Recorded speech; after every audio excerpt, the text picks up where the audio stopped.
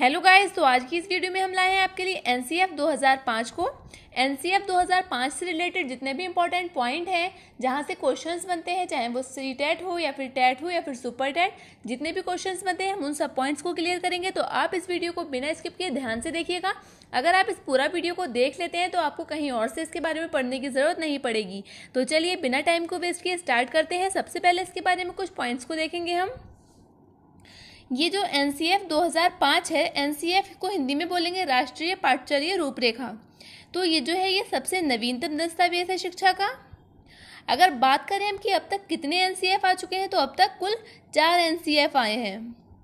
सबसे पहला जो एनसीएफ था वो आया था सन 1975 ईस्वी में। उसके बाद सेकेंड आया 1988 ईस्वी में। उसके बाद एक आया 2000 ईस्वी में, और जो लास्ट आया है जो अब तक चल रहा है वो आया है 2005 ईस्वी में। बात करें कि क्यों किसके अकॉर्डिंग आया था, तो जो सन 2004 में 14 से 19 जुलाई को एनसीईआरटी की बैठक हुई थी, उसके तहत एनसीएफ 2005 आया था। और ये क्वेश्चन आता है कि ये किससे प्रेरित था। तो ये जो था ये एक रविंद्रनाथ टैगोर हैं, उनका एक लेख है सभ्यता एवं प्रगति। ये जो एनसीएफ 2005 है ये उससे प्रेरित था। जो एनसीएफ 2005 है वो संविधान की कुल 22 भाषाओं में सभी में अनुवादित किया हुआ है। बात करें इसमें तो 5 अध्याय हैं और 2 परिशिष्ट हैं। बात करें अगर हम इसके सदस्य की, तो इसमें यशपाल समिति के 35 सदस्य थे और 3 सदस्य जो थे वो थे एनसीईआरटी के। यानी कि इसमें टोटल कितने सदस्य थे, तो इसमें टोटल थे 38 सदस्य, यानी कि 38 सदस्य।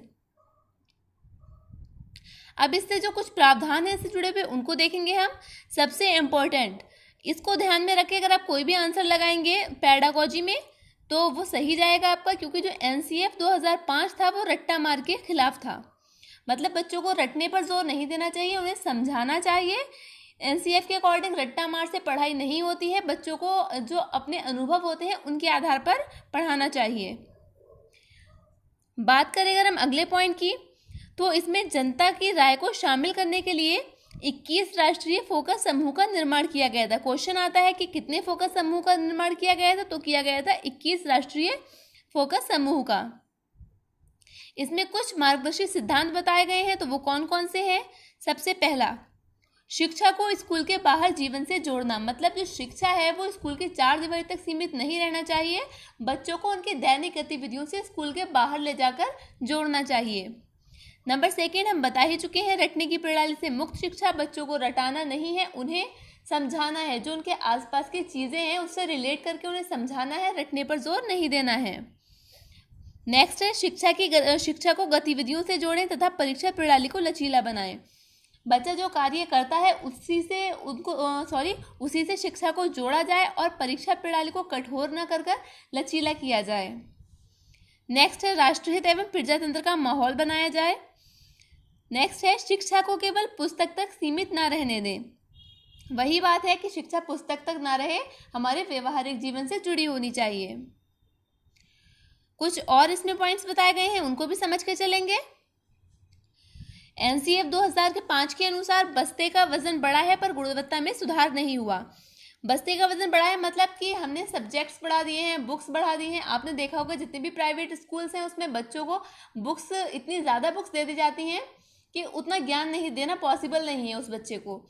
तो यही है इसका मतलब कि बस्ते का वजन तो बढ़ा है लेकिन शिक्षा की गुणवत्ता में सुधार नहीं हुआ। एनसीएफ के अनुसार बच्चे को कम पढ़ाइए लेकिन अच्छा पढ़ाइए। नेक्स्ट है कक्षा में पसरा हुआ सन्नाटा अधिगम नहीं। यदि आपने बच्चों को एक एक बुक लेकर बिठा दिया, बिना आवाज़ किए पढ़ो, आवाज़ मत करो, शोर मत करो, तो वो शिक्षा नहीं है। बच्चों को आपसी मतलब इंटरेक्शन करके पढ़ना चाहिए, एक दूसरे से बात करके उन्हें समझ के पढ़ना चाहिए। ऐसा नहीं है कि आपने उनको सिर्फ डरा कर एक कोने में बैठा दिया, सन्नाटा है क्लास में और वो आपको लग रहा है कि वो बहुत अच्छा पढ़ रहे हैं, तो ऐसा कुछ नहीं है। नेक्स्ट है बाल केंद्रित शिक्षा। बाल केंद्रित शिक्षा आप लोग जानते ही होंगे कि बालक के अनुभवों को, बालक की बातों को प्रायोरिटी देना, एक तरीके से प्राथमिकता देना। तो ये क्या है, बाल केंद्रित शिक्षा है। एनसीएफ ने कहा है कि दंड से व्यवस्था होती है पर अनुशासन नहीं। आप बच्चों को डरा धमकाकर चुप तो करा सकते हैं, लेकिन वो सिर्फ तब तक जब तक आप उनके सामने हैं। इसे हम अनुशासन नहीं कह सकते, ये सिर्फ आप एक व्यवस्था कर रहे हैं, और शिक्षा के लिए अनुशासन बहुत ज़रूरी है। नेक्स्ट है कक्षा 2 तक कोई लिखित परीक्षा नहीं, मौखिक या गतिविधि आधारित शिक्षा। एनसीएफ 2005 ने साफ बोल दिया है कि कक्षा 1 और कक्षा 2 में कोई भी लिखित परीक्षा नहीं कराई जाएगी, मौखिक या गतिविधि आधारित शिक्षा ही उन्हें दी जाएगी। एनसीएफ 2005 ने गृह कार्य का घोर विरोध किया है। उन्होंने कहा है कि कक्षा 2 तक तो कोई गृह कार्य नहीं होगा और 3 से 5 तक सप्ताह में 2 घंटे तक का गृह कार्य दिया जाए बच्चों को। बात करें 6 से 8 तक की, तो 6 से 8 तक में 5-6 घंटे गृह कार्य दिया जाना चाहिए। नेक्स्ट है प्रारंभिक शिक्षा का माध्यम मातृभाषा तथा उच्च प्राथमिक स्तर पर शिक्षा का त्रिभाषा फॉर्मूला यूज होगा। जो प्रारंभिक शिक्षा है उसमें तो हमारी मातृभाषा जो हिंदी है, या फिर मातृभाषा से मतलब है जो बच्चा अपने आसपास से पर्यावरण से सीखता है, जो बच्चा जहाँ रहता है वही उसकी मातृभाषा होती है। तो जो कक्षा 1 से लेकर 5 तक है उसमें जो माध्यम होगा शिक्षा का वो मातृभाषा होगी, और उच्च प्राथमिक स्तर पर त्रिभाषा फॉर्मूला। एनसीएफ ने 4 क्षेत्रों पर बहुत फोकस किया है, इन चारों को याद रखिएगा: कला, काम, स्वास्थ्य एवं शारीरिक शिक्षा और शांति। अगला पॉइंट है सतत एवं व्यापक मूल्यांकन पर बल तथा योगात्मक मूल्यांकन का विरोध। सतत एवं व्यापक मूल्यांकन आप समझते ही होंगे, जो पढ़ाते टाइम जो मूल्यांकन किया जाता है, जैसे आप बच्चे को पढ़ा रहे हैं कोई चैप्टर, बीच बीच में क्वेश्चंस करना, तो ये सतत एवं व्यापक मूल्यांकन आता है। मतलब कक्षा में ही मूल्यांकन पढ़ाने के साथ साथ। और योगात्मक मूल्यांकन क्या होता है? जो आपने पूरा पढ़ा दिया, उसको पूरा सिलेबस करा दिया और लास्ट ईयर में जाकर जब सेशन खत्म होने को है तब आप उसका एग्जाम ले रहे हैं, तो वो होगा योगात्मक मूल्यांकन। और एनसीएफ ने ऐसे मूल्यांकन का विरोध किया है। अगला पॉइंट है समाज की विभिन्नता एवं आर्थिक विषमता को समाहित करने के लिए समावेशी शिक्षा।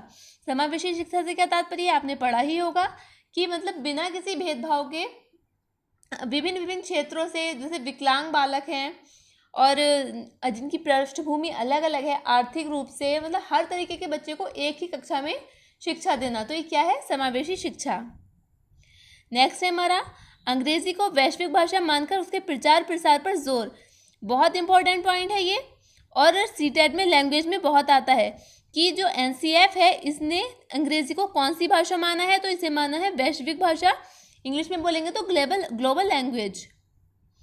नेक्स्ट है विद्यार्थी में आत्मविश्वास का संचार करने के लिए स्वकेंद्रित परीक्षा प्रणाली पर बल। जो विद्यार्थी हैं उन्हें उनके द्वारा भी हमें चांस देना चाहिए कि वो अपना मूल्यांकन खुद करें ताकि उनमें कॉन्फिडेंस आए।